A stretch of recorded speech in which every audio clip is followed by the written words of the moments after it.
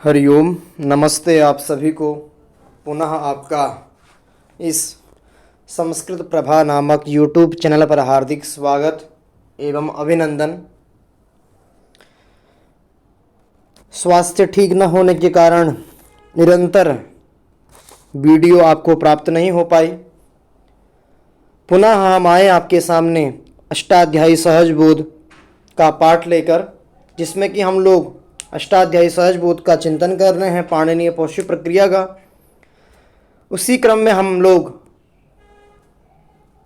पाणिनीय संज्ञाओं के बारे में हम लोग चर्चा कर रहे हैं। अभी तक हमने वर्णों का ज्ञान किया, वर्णों के विषय में ही हमारा चिंतन चल रहा है। कहे तो वर्ण कितने हैं, क्या हैं, कितने भेद हैं, स्वर कितने हैं, व्यंजन कितने हैं, सबके मत में सबको लेकर हम वर्णों को लेकर चिंतन इस समय चल रहा है हमारा। इसी क्रम में हमने सूत्र जाने थे दो, हलन्त्यम और तस्य लोपः। हलन्त्यम का ही जो फल है, जो हलन्त्यम करता है, इत संज्ञा वह करता है, उस इत संज्ञा का फल हमने जाना था तस्य लोपः सूत्र के द्वारा। अब तस्य लोपः ने लोप कर लिया है उस इत संज्ञा का, जिसकी इत संज्ञा हुई है उसका उसने लोप कर लिया है। अब वो लोप किया हुआ तो उसका भी कोई फल है, तो आदिरंतेन सहेता, यह प्रत्याहार संज्ञा करता। हम प्रत्याहार उस दिन जाने थे कि प्रत्याहार ही ये जो माहेश्वर सूत्र हैं, इस क्रम का जो एक नूतन क्रम का आरंभ किया है पाणिनि जी ने, यह क्यों किया है, तो इसका फल हम जाने थे प्रत्याहार सिद्धि ही इन माहेश्वर सूत्रों का परम प्रयोजन है। तो उसी को हम जान रहे हैं। आज सूत्र को देखते हैं, आदिरंतेन सहेता। इस सूत्र में देखें, सर्वप्रथम हमें सूत्र समझना है तो हमें सूत्र के अंतर सूत्र में घटकतया क्या है, घटकतया जो प्रविष्ट हैं उसके जो अवयव हैं, एक एक पद के बारे में हमें जानना चाहिए। पूरे सूत्र के अर्थ के जानने से पूर्व हमें उसमें घटकतया प्रविष्ट उसके जो सूत्र के अवयव हैं, पद हैं, उन पदों को हमें जान लेना चाहिए। तो देखिए, आइए, आदिरंतेन सहेता यह सूत्र है। इस सूत्र में 4 पद हैं। आप देखेंगे तो आदि ही एक पद है, अंतेन, सह और इता, यह 4 पद हैं। इसकी वृत्ति अर्थात अर्थ सिद्धांत कौमुदीकार इत्यादि ये लिखते हैं, अंते नेता सहित आदिर मध्यगानाम स्वस्य च संज्ञा स्यात्। ठीक है, ये इसकी वृत्ति लिखते हैं, अर्थ लिखते हैं। संस्कृत में वृत्ति का मतलब है अर्थ, इसी को लिख रहे हैं। तो आदि ही अंतेन सह इता 4 पद हैं। आदि ही प्रथमांत, अंतेन तृतीयांत है, और सह यह अव्यय पद है, इता यह तृतीयांत है।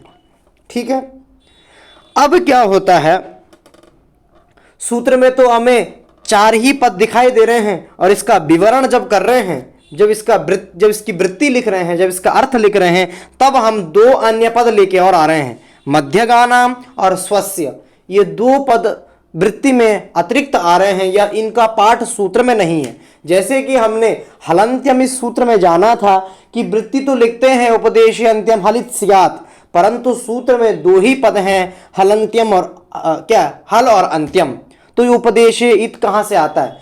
तब जैसे वहां हम अनुवृत्ति से लेके आते हैं उपदेशे जनुनासिक इत, इस सूत्र से हम 2 पदों की अनुवृत्ति करते हैं, तदवदेव, अर्थात उसी प्रकार यहां पर भी हम 2 पदों का क्या लिया, एक पद की तो हम अनुवृत्ति कर लेते हैं और एक पद का आक्षेप।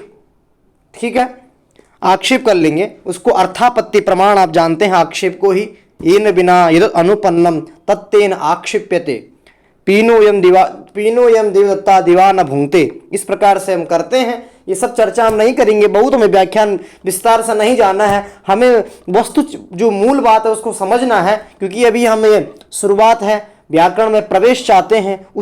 उसका ये उपकारक, ये उनका क्या बने, उनका ये पाठ उनके लिए सहायक हो, इसीलिए हम इस पाठ का आरंभ किए हैं। तो बहुत शास्त्र, बहुत सारा चिंतन हमें नहीं यहाँ करना है, उसको हम करेंगे आगे, पर अभी हम शुरुआती उस पर चलते हैं। तो देखिए, मध्यगानाम यहाँ आक्षेप से आता है। मध्यगानाम देखिए सूत्र में है नहीं, परंतु आ जाता है। कैसे आता है देखिए, यहाँ जब आदि है और अंत है, आदि भी सूत्र में है और अंत भी है। अब आदि और अंत क्या होता है, आद्यंत घटित एक समुदाय होता है। जिसमें कोई आदि होता है, कोई अंत होता है।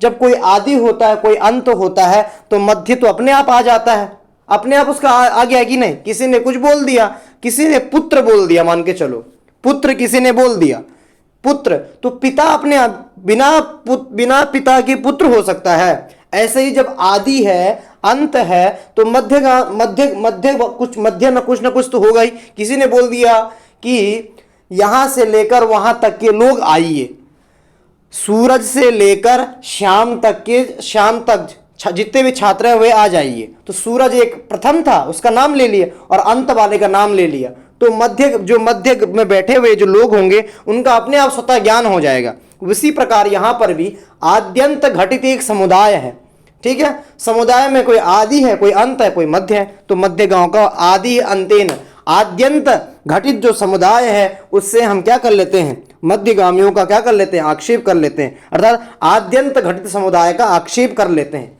आदि और अंत से आद्यंत शब्दाभ्याम आद्यंत घटित समुदाय से आक्षेप क्रियते, ठीक है। इसी का नाम अर्थापत्ति प्रमाण आक्षेप कर लेते हैं। मतलब मध्यगामी, यही बात आप समझी रहिए सरल रूप से कि आदि है, अंत है। अब आदि और अंत है तो मध्य भी तो कुछ होगा, इसीलिए यहाँ मध्य का नाम जो ये है ये आ जाता है, ठीक है। इसी को संस्कृत में ऐसे परिनिष्ठित या अच्छे प्रकार से हम कहें इसको तो आद्यंत शब्दाभ्याम, आदि और अंत शब्दों के द्वारा आद्यंत घटित, एक आद्यंत घटित मतलब आदि और अंत से घटित एक समुदाय का हम समुदाय का आक्षेप कर लेते हैं। और उस समुदाय में कोई आदि होता है, कोई मध्यगामी होता है, कोई अंत होता है।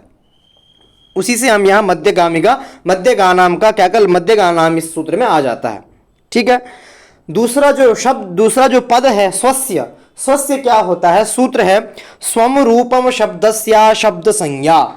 यह सूत्र है अष्टाध्यायी क्रम में या पहले आता है, फिर इसके बाद आदिरंतने संहिता बाद में है, ठीक है।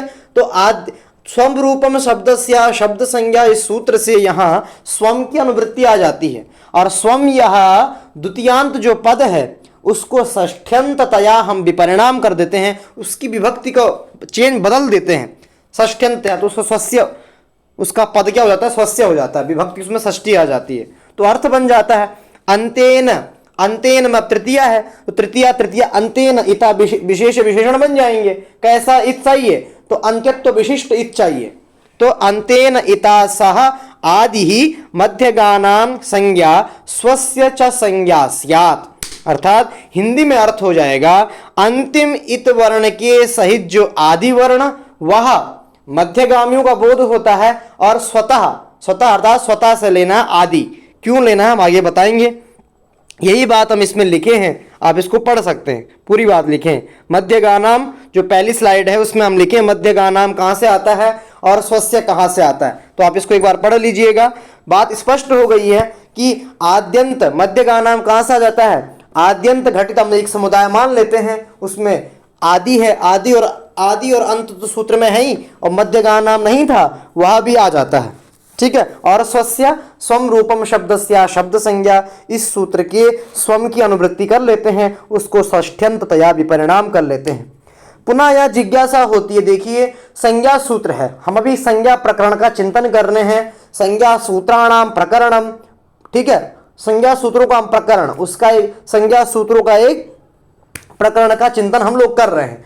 देखिए हलंत्यम था, इस संज्ञा करता है, तस्य लोपा लोप संज्ञा करता है, ठीक है। तस्य लोपा लोप नहीं करता है, लोप बताने के लिए आदर्शनम सूत्र आएगा, तस्य लोपा लोप करता है, विधि सूत्र है लोप, ठीक है। और आदिरंतेन सहिता या प्रत्याहार संज्ञा करता है, ठीक है।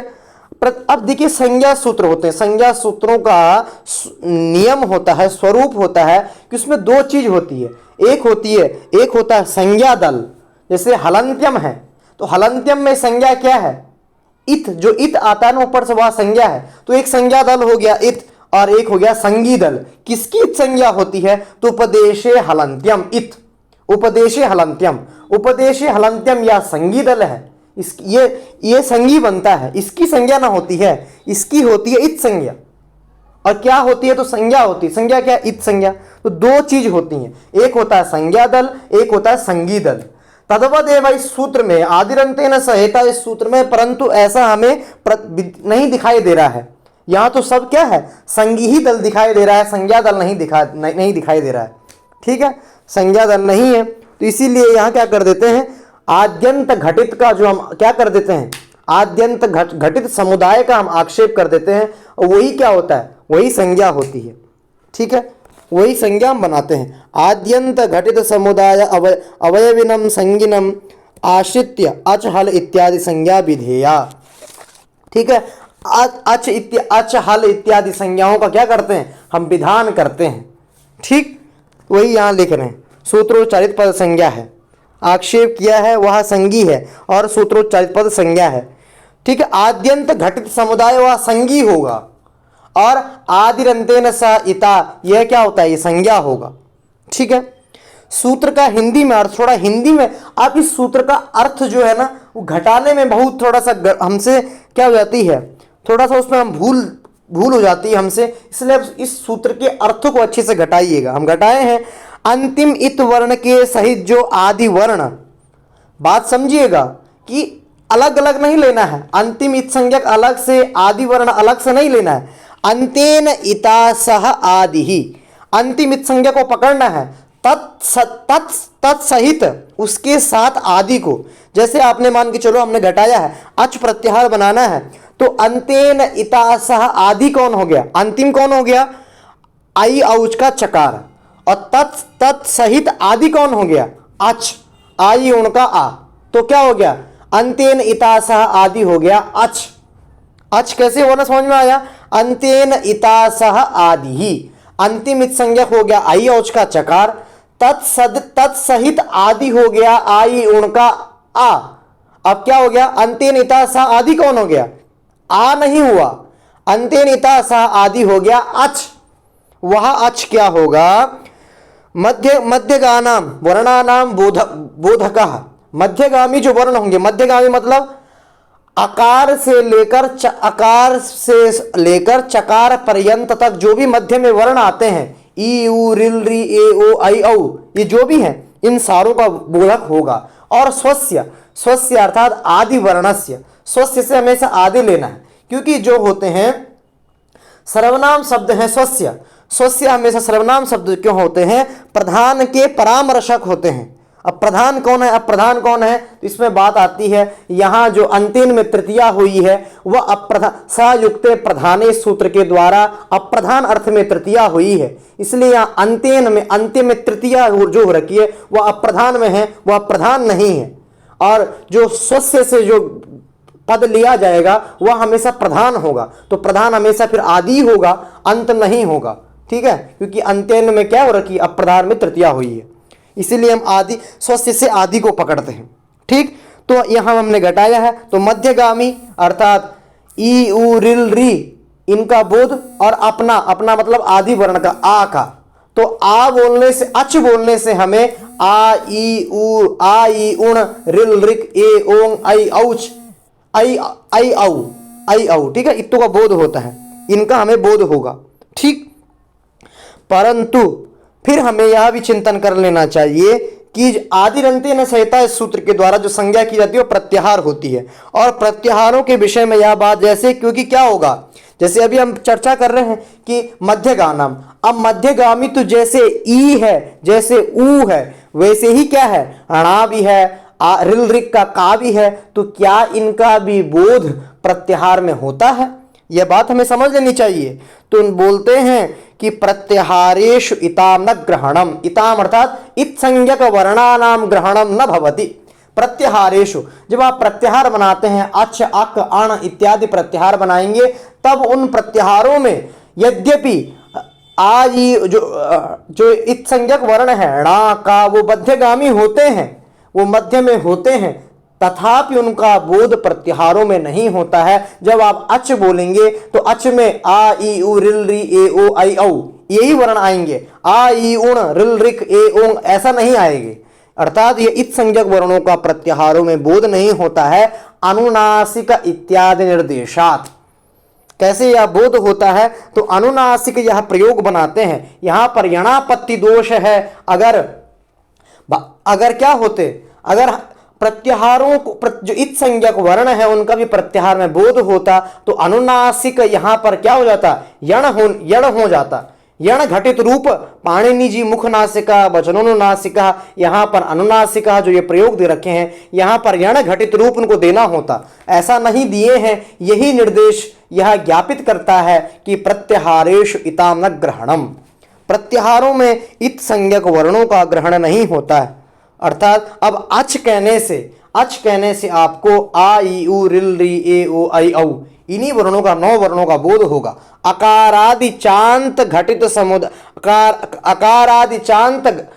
समुदाय का बोध होगा, तत्त घटक जो वर्ण है उनका बोध होगा। ठीक है, तो यह प्रत्याहार संज्ञा आपको बिल्कुल ध्यानपूर्वक करनी चाहिए। अंत्येन इतासह आदि आपको हमेशा अच लेना है, जो भी प्रत्याहार बनाना है अच लेना है, अट लेना है या खर लेना है, जो भी लेना है। इसलिए आप प्रत्याहारों का बिल्कुल अच्छे से आप अभ्यास कर लीजिए। प्रत्येक प्रत्याहार को एक प्रत्याहार को बनाइए। आगे हम आपको बताएं कैसे कैसे प्रत्याहार बनेंगे, ये सब आपको बताए हैं आगे। वस्तुतः आपको अब प्रत्याहार शब्द की व्युत्पत्ति करते हैं। प्रत्याह्रियन्ते संक्षिप्यन्ते वर्णाः यत्र, यस्मिन करना है, सप्तमी ले जाना है। ठीक है, तो जिसमें क्या है, जिसमें वर्णों का संक्षेपीकरण हो जाता है उसी को आप प्रत्याहार कहते हैं। ठीक, ये प्रत्याहार वस्तुतः इनके मतभेद हैं। वो प्रत्याहार में तो 42 प्रत्याहार ऐसे बनते हैं। ठीक है, उनको हम देखेंगे कैसे कैसे बनेंगे। जैसे हमने एक बार चर्चा भी की थी, सामान्य रूप में जो हमारे अधिकांश प्रयोग होने वाले प्रत्याहार हैं उनमें से जैसे माहेश्वर सूत्र हैं 14, उनमें प्रत्येक सूत्रों से कुछ ना कुछ प्रत्याहार बनते हैं। हम कैसे उनको सरलता से कह सकें, तो अगर हमें अच प्रत्याहार बनाना है, अच प्रत्याहार कहना है, तो आप माहेश्वर सूत्र के 1 सूत्र से 4 सूत्र तक जाएंगे तो आपका अच प्रत्याहार बन जाएगा। ठीक है, ऐसी प्रकार आपको यण प्रत्याहारस्थ वर्ण बोलने हैं, यण प्रत्याहार बनाना है तो आप माहेश्वर सूत्रों में जाएंगे और 5वें सूत्र में जाएंगे, 5वें से 6ठे सूत्र में हकार को छोड़ देंगे तो आपका यण प्रत्याहार बन जाएगा। ऐसे यम प्रत्याहार क्रमशः हम बता रहे हैं माहेश्वर सूत्रों के हिसाब से। यम प्रत्याहार बनाना है तो यम सातवां सूत्र, अगर आपको 7वां सूत्र आप बोल देंगे यम, तो आपका यम प्रत्याहार बन जाएगा। यम में पूरे के पूरे प्रत्येक वर्णों के, आप प्रत्येक वर्गों के 5 वर्ग जो हैं उसमें से जो पंचम अक्षर हैं प्रत्येक के, उनका बोध हो जाएगा यम प्रत्याहार बोलने से। यह बात हम पहले आपको बता चुके हैं। जैसे झष प्रत्याहार बनाएंगे तो 8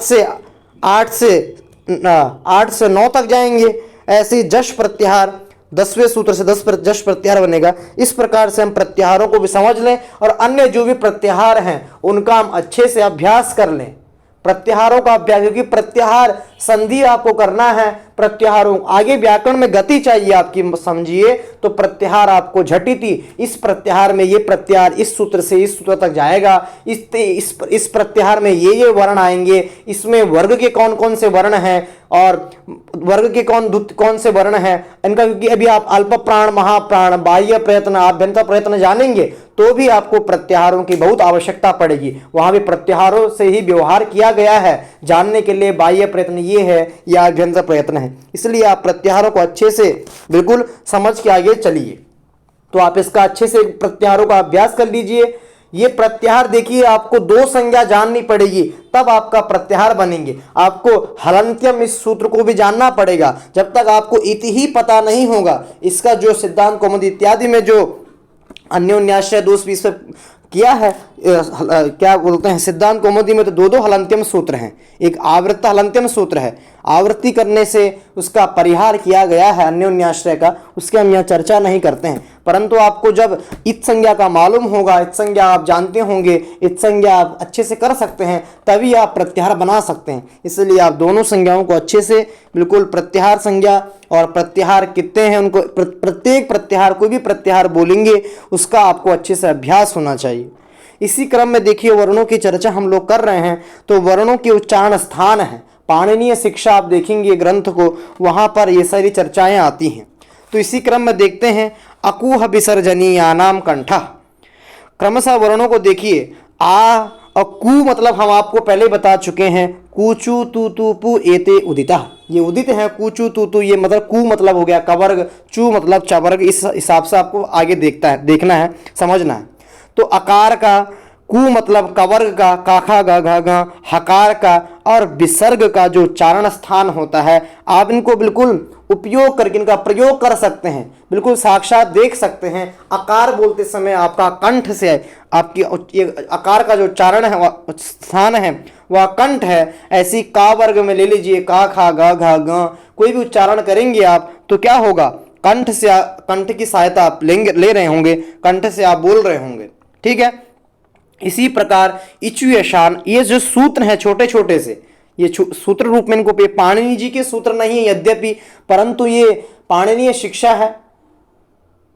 उनके कोई शिष्य रहे होंगे पाणिनि जी, उनका नाम भी पाणिनि ही रहा होगा, उन्होंने शिक्षा लिखी है, वो उनके लिए है। तो ये भी आप सूत्र रूप में इनको देखिए, इनको याद कर लेना चाहिए, अच्छे से भी जान लेना चाहिए, उच्चारण स्थान भी। ये कहीं कहीं परीक्षाओं में पूछे जाते हैं, कहीं पर आप सामान्य परीक्षा दे रहे होंगे, कहीं पर भी पूछ सकते हैं बातें, और ये हमें जानना चाहिए, अवश्य में व्याकरण को जानना है तो ये सारी बातें हमें जानना चाहिए। क्योंकि अगर आप आगे तुल्यास्य प्रयत्नम सवर्णम सूत्र को पढ़ेंगे, उनके लिए उच्चारणों का स्थान, वर्णों का उच्चारण स्थान तथा बाह्य प्रयत्न, आभ्यंतर प्रयत्न, ये सारी बातें आपको ज्ञान होना चाहिए इनका। इसीलिए तो पहले हमें क्या कर लेना चाहिए, वेद पढ़ने से पुरा काले इदत आसीत संस्कारोत्तर कालम ब्राह्मणा करके कुछ आया जो भाष्यकार ने हम बता रहे थे उस समय, कि पहले ऐसा हुआ करता था कि प्राचीन काल में वेद का अध्ययन करने से पूर्व ही हमें वर्णों के उच्चारण स्थान, वर्णों के प्रयत्न, बाह्य प्रयत्न, आभ्यंतर प्रयत्न, इनके बारे में इनका ज्ञान करा करके हमें वेद के लिए प्रवृत्त किया जाता था, वेद पढ़ाया जाता था, जिससे कि हम जान सकें कि इस वर्ण का उच्चारण स्थान ये है, प्रयत्न ये है, इससे। परंतु यह आजकल ऐसा नहीं है, आजकल तो सीधे वेद पढ़ रहे हैं, परंतु हमें ये सब जानना चाहिए, हमारी पद्धति है, हमारी परंपरा है, और ये सब चीज़ें हमें इनका बिल्कुल, ये वैज्ञानिकता इनमें बिल्कुल वैज्ञानिकता भरी हुई है प्रत्येक वर्ण में। आ के बाद खाई है, आ के बाद घा नहीं है, ठीक है, का के बाद गा नहीं है, ठीक है, इस तद्वदेव अकार के बाद आ है। तो ये सारा विज्ञान ऐसा किसी में है नहीं, एक ही उच्चारण स्थान, एक साथ का खा गा गा गा, एक ही सजाती है बिल्कुल, तो ऐसा कहीं है नहीं। वहाँ देख लीजिए इंग्लिश का अल्फ़ाबेट देख लीजिए, तो वहाँ बिल्कुल जो व्यंजन है और जो स्वर है ए आई ओ यू, वो सारे के सारे बीच में ही कहीं ना कहीं है, अलग से उनका कोई वो नहीं है, स्पष्टीकरण नहीं है, सब एक साथ है, खिचड़ी पकी हुई है। परंतु हमारा ऐसा नहीं है, स्वर एक साथ हैं, व्यंजन एक साथ हैं। इस हिसाब से देखिए, इचु यशानाम तालु, इकार का, चवर का, या का और शा का उच्चारण स्थान तालु है। ऋटु रसाणा मूर्धा, रिकार का, टवर का, शकार का, रकार का, रकार होता है, ठीक है, ये बात हम आपको बता चुके हैं, रकार होता है। रेफ, ठीक है, रेफ बोलिए। शा का, इनका स्थान मूर्धा होता है। री का, तवर का, लकार का, सकार का, इनका उच्चारण स्थान दंत होता है। दंताह लिखें बहुवचन, क्योंकि दो आपके दंत क्या है, एक नहीं है, बहुत सारे हैं, और दंतों से, ठीक है। और उपपद्मानियानाम ओष्ठौ, दो ओष्ठ हैं, अधर और ओष्ठ, तो उकार का और पवर का और उपधमानीय का क्या होता है, उच्चारण स्थान ओष्ठ होते हैं। यमगणनानाम नासिका च, यमगणना, इनका जो उच्चारण स्थान होता है वह नासिका भी होता है। चा से क्या लेना है देखिए, तो यहाँ जो है वह चवर्ग में भी आता है, चा छा जा झा या, तो उसका दो उच्चारण स्थान होंगे। एक तो तत्तद वर्गीय उच्चारण स्थान होगा, जिसमें भी उसका जिसमें भी, जैसे यहाँ है तो यहाँ चवर्ग में आता है, माँ है माँ पवर्ग में आता है, गाँ है गाँ कवर्ग में आता है, तो उसका अपने वर्गीय उच्चारण स्थान भी होगा और नासिका उच्चारण स्थान भी होगा, ठीक है। अनुनासिक वर्ण भी इनमें कहते हैं, मुख नासिका, वचनोनुनासिका, ठीक है। ए दयितो कंठ तालु, ए और आई का जो कंठ उच्चारण स्थान होगा वह कंठ तालु होगा। कंठ तालु क्यों होता है, तो आप देखेंगे तो जो ए है, आई है, ये संयुक्त वर्ण है, दो वर्णों से मिलकर बनते हैं। अकार और इकार से ए बनता है, आकार और ईकार से आई बनता है, इसलिए दो वर्ण हैं, दोनों का उच्चारण स्थान बनके ए और आई बनता है। सेम इसी प्रकार ओ दौतो, ओ और औ, ओ जो है ये भी संयुक्त है, उकार और आकार और उकार से बनकर ओ बनता है, और आकार और औकार से मिलकर क्या बनता है, औ बनता है, उनका कंठौष्ठ है। ठीक है।